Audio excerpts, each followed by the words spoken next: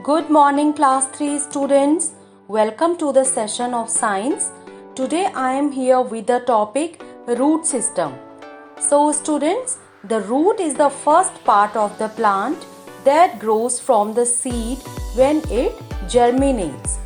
Plants have two systems, root system and the shoot system. The roots grow in the soil.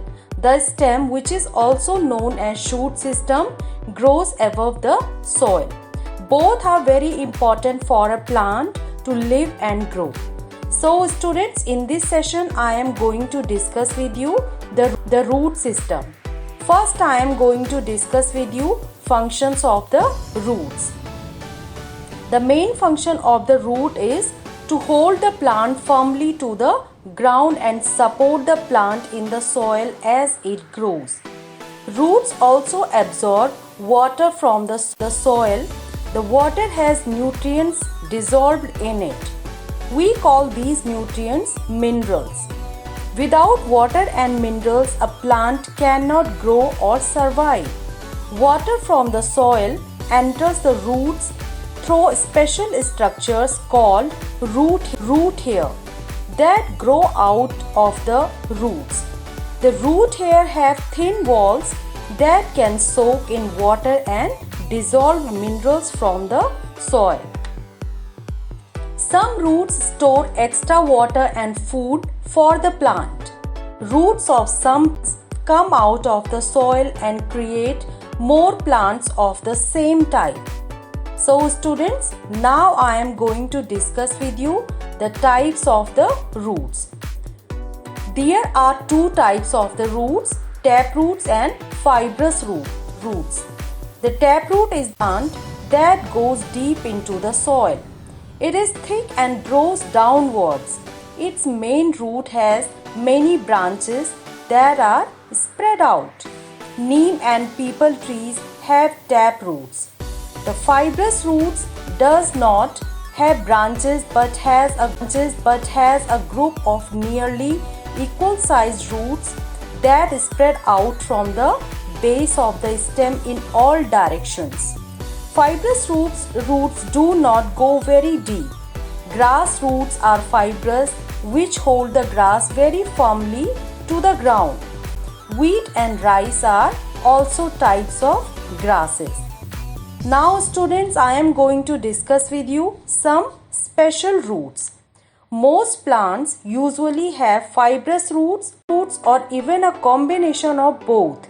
However, in some plants, roots perform other functions apart from the absorption of water and minerals and holding the plants in the ground. Let us learn about them. So, first one is food storage roots.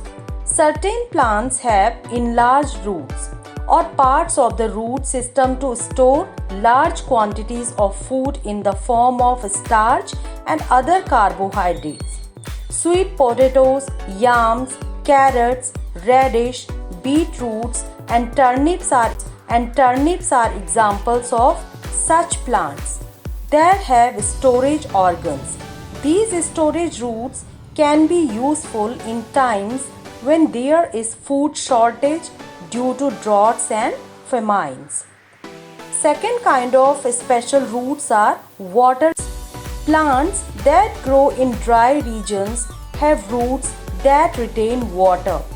Plants in the pumpkin family have huge water storing roots. Third special kinds of roots are propagative roots. Propagative roots help some plants to produce more of themselves. These plants produce buds along the roots and grow near the surface of the ground. The new plant can be separated from the original plant and can grow independently. The cherry tree and strawberry plant are good examples of propagative roots. Roots of mangroves are also special roots. Mangrove trees grow in marshy areas. These areas have clayey soil which hold a lot of water and very little air. They have roots that grow above the water to hold the tree in place as well as allow the plants to breathe. Their roots are spongy. Aerial roots are the examples of special roots. Trees such as banyan have roots that grow downwards from the branches towards the ground. These are called aerial roots. These roots are formed in air and are not covered by soil. The roots fix themselves in the ground and become thick like trunks.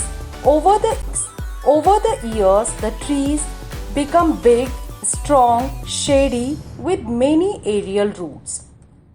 Buttress roots are the examples of special roots. Buttress roots, big roots on all sides of all tall trees. They are the roots of trees that grow in areas where the soil is poor and the roots cannot go deep. They support the plant and allow it to take in more nutrients.